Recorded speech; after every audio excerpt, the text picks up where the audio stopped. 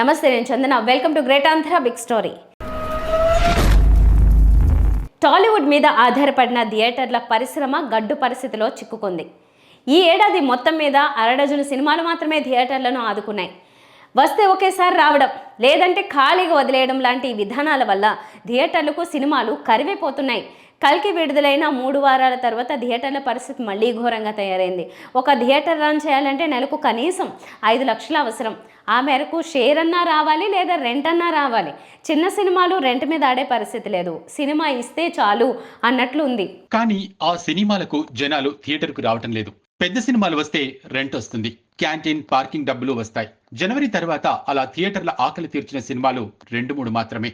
టిల్లు, కల్కి ఇలా ఒక చేతి వేళ్ల మీద లెక్క పెట్టేవే. అంటే 6 నెలల్లో 2-3 సినిమాలు అంటే థియేటర్ల పరిస్థితి ఊహించుకోవచ్చు. చాలా చోట్ల కల్కికి ముందు థియేటర్లు మూత పెట్టారు. కరెంటు బిల్లులు కట్టక ఫీజులు పట్టుకుపోయారు. కల్కి టైంలో బిల్లులు చెల్లించి మళ్ళీ థియేటర్లు తెరిచారు. కల్కి తర్వాత మళ్ళీ పరిస్థితి అలాగే తయారైంది. థియేటర్ల పరిస్థితికి విడుదల డేట్లు కూడా ఓ కారణం.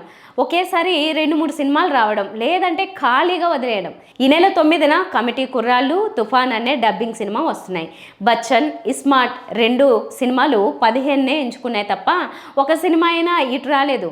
దీనికి కారణం వర్క్ టైం సరిపోకపోవడం. ఎందుకలా అంటే లాస్ట్ మినిట్ వరకు ఓటీటీ డీల్స్ క్లోజ్ కావడం లేదు. తీరా క్లోజ్ అయిన తర్వాత వాళ్ళు చెప్పిన టైం స్లాట్కు అనుగుణంగా విడుదల తేదీ ఎంచుకోవాల్సి వస్తోంది. అలాంటప్పుడు నిర్మాత చేతుల్లో ఏమీ ఉండడం లేదు.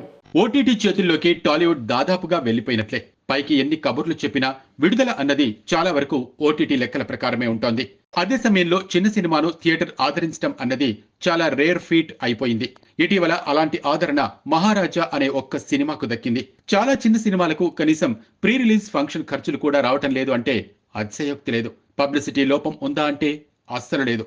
జనం పబ్లిసిటీని పట్టించుకుంటున్నారు, ఎంటర్టైన్ అవుతున్నారు, కానీ థియేటర్కు మాత్రం రావటం లేదు. చిన్న మీడియం సినిమాల వరకు థియేటర్ వెళ్ళి చూడాల్సిన హీరో, హీరోయిన్, నటులు అంతా సినిమా విడుదలకు ముందే రకరకాల విన్యాసాల ద్వారా యూట్యూబ్లోనే అలరించేస్తున్నారు. వివిధ టీవీ షోలు, షార్ట్లు, ఇంటర్వ్యూలు ఇలా ఇవన్నీ ఎంటర్టైన్ చేస్తున్నారు. జనం ఎంటర్టైన్ అవుతున్నారు. ఇక థియేటర్కు వాళ్ళని చూడడానికి వెళ్ళక్కర్లేదు. కేవలం కంటెంట్ కోసం వెళ్ళాలి. ఆ కంటెంట్ను ఓటీటీలో చూస్తే చాలే అనుకుంటున్నారు. అందువల్ల చిన్న మీడియం సినిమా ప్రచారం సినిమా వస్తోంది అని తెలియచేస్తుంది తప్ప థియేటర్కు జనాల్ని రప్పించడం లేదు. ఆ పబ్లిసిటీ అంతా ఓటీటీకి పనికొస్తోంది. పెద్ద సినిమాల వరకు వస్తే పెద్ద హీరోలు ఉంటారు కనుక వాళ్ళ కోసం థియేటర్కు వెళ్తున్నారు. ఈ పరిస్థితి వల్ల థియేటర్ల మనుగడ ప్రశ్నార్థకం అవుతోంది. పాన్ ఇండియా భారీ సినిమాలు ఒక్కసారిగా టాలీవుడ్ లో స్టార్ట్ అయ్యాయి. మనకు ఉన్న టాప్ హీరోలంతా పాన్ ఇండియాలు, సీక్వెల్లు తలకెత్తుకున్నారు.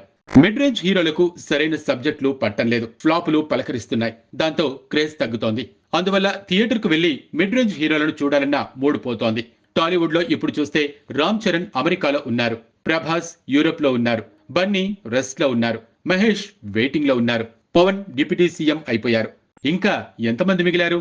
తేజ్లు, శర్వానంద్, సుధీర్ బాబు, గోపీచంద్, రామ్, రవితేజ అంతా ఫ్లాప్ లైనప్ తో ఉన్నారు. రాబోయే సినిమాలు హిట్ అయితే అప్పుడు మళ్ళీ ఎలా ఉంటుందో చూడాలి. సీనియర్ హీరోలు అంతా ఒక్కో సినిమా సెట్ మీదకు తెచ్చారు.